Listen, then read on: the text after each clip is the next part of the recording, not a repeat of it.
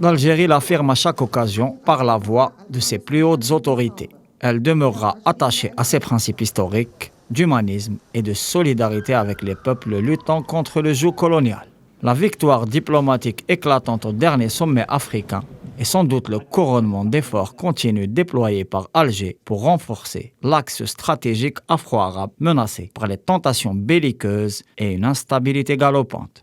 Le rôle de l'Algérie ne s'est jamais fait démentir aux côtés du peuple palestinien soumis à un régime d'apartheid et en soutien au peuple du Sahara occidental luttant pour son droit à disposer de lui-même.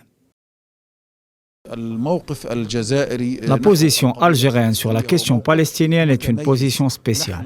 Nous demandons à tous les pays arabes de s'inspirer de la constance algérienne, caractérisée par un engagement permanent envers la cause palestinienne, comme l'a exprimé à plusieurs reprises le président Tebboune, et surtout quand il a dit que la cause palestinienne était une cause algérienne,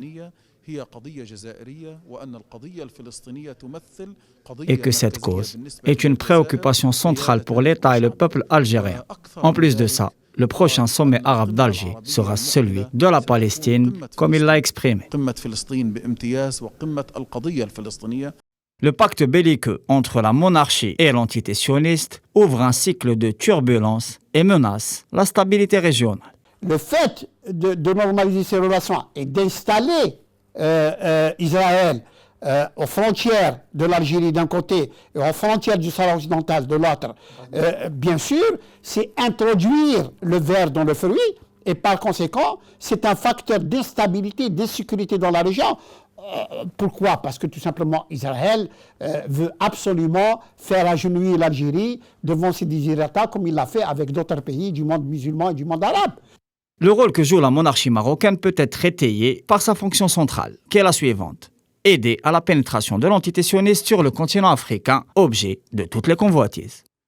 L'Algérie a donc des raisons de penser que sa ligne stratégique et son rôle historique gênent les prétentions d'acteurs prédateurs partageant des ambitions expansionnistes affichées. Le régime sioniste est pour sa part passé maître dans l'art macabre de l'administration par la transgression du droit international et de la gestion par le tout sécuritaire. L'État hébreu tente donc de transférer ce modus operandi du Moyen-Orient sinistré vers l'Afrique du Nord. L'implantation de bases militaires opérationnelles dans la région est une réelle menace pour toute la sphère euro-africaine. À la veille de la célébration du sommet Union africaine-Union européenne de Bruxelles, la question aurait tout lieu d'être posée.